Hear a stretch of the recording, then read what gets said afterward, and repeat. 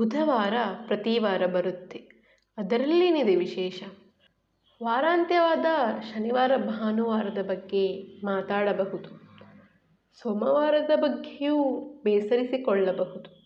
ಆದರೆ ವಾರದ ಮಧ್ಯೆ ಬರುವ ದಿನ ಬುಧವಾರದ ಬಗ್ಗೆ ಖುಷಿಯೂ ಇಲ್ಲ, ಬೇಜಾರೂ ಇಲ್ಲ. ಇಡೀ ದಿನ ಲ್ಯಾಪ್ಟಾಪ್ ಮುಂದೆ ಕೂತಿದ್ದವಳಿಗೆ ಹೊರಗೆ ಬಂದ ತಕ್ಷಣ ಪ್ರಪಂಚವೇಕೋ ತುಂಬ ಕಲರ್ಫುಲ್ ಆಗಿ ಕಂಡಿತು. ಬೆಳಗ್ಗೇನೋ ತುಂಬ ದಿನದ ನಂತರ ಬಣ್ಣಗಳ ಮೂಲಕ ಸೂರ್ಯನ ಆಗಮನದ ಸೂಚನೆ ಸಿಕ್ಕಿತ್ತು.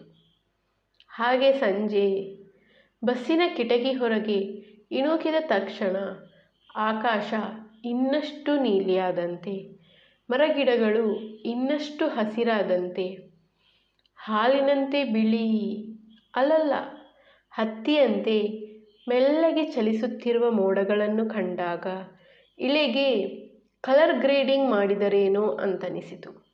ಅಥವಾ ಸೃಷ್ಟಿಕರ್ತನೇ ಬಂದು ಬಣ್ಣ ಬಳಿದಿರಲೂ ಸಾಕು.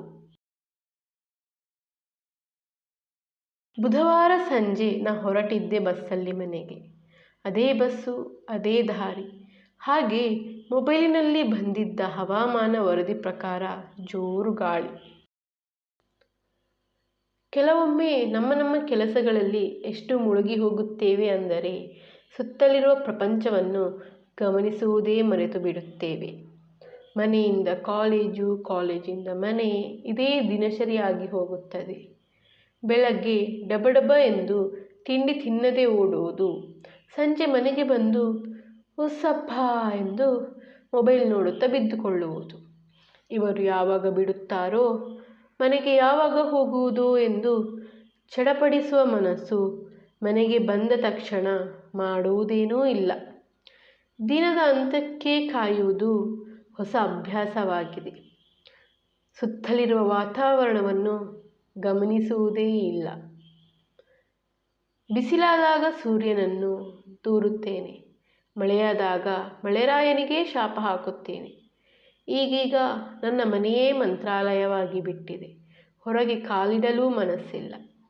ರೀಲ್ಸಿನಲ್ಲಿ ಬರುವ ನಿಮಗೆ 30 ವರ್ಷ ಆಗುವುದಕ್ಕಿಂತ ಮುಂಚೆ ಭೇಟಿ ಕೊಡಲೇಬೇಕಾಗಿರುವ ಸ್ಥಳಗಳನ್ನು ಸೇವ್ ಮಾಡಿಟ್ಟುಕೊಳ್ಳುವುದು ಇನ್ನೊಂದು ಹೊಸ ಅಭ್ಯಾಸವಾಗಿದೆ. 20 ವರ್ಷಕ್ಕಿಂತ ಮುಂಚೆ ಭೇಟಿ ಕೊಡಬೇಕೆಂದು ಹೇಳಿರುವ ಸ್ಥಳಗಳು ಇನ್ನೂ ನನ್ನನ್ನು ಕಾಯುತ್ತಿವೆ. ಪ್ರಪಂಚ ತಿರುಗಬೇಕು, ಏನೇನೋ ಮಾಡಬೇಕು ಅಂತೆಲ್ಲ ಅಂದುಕೊಂಡಿರುವವಳು ವಾಸ್ತವದಲ್ಲಿ ಬದುಕುವುದನ್ನು ಮರೆತೇ ಬಿಡುತ್ತೇನೆ.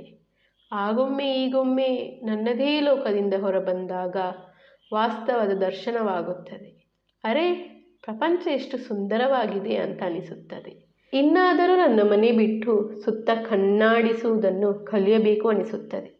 ಯಾವುದೋ ಖುಷಿಯ ಹುಡುಕಾಟದಲ್ಲಿ ಈ ಖುಷಿಯನ್ನು ಅನುಭವಿಸುವುದರಿಂದ ತಪ್ಪಿಸಿಕೊಳ್ಳುತ್ತೇನೆ. ಇನ್ನು ಈ ಖುಷಿಗೆ ಇನ್ನೊಮ್ಮೆ ಹುಡುಕಾಡುತ್ತೇನೆ.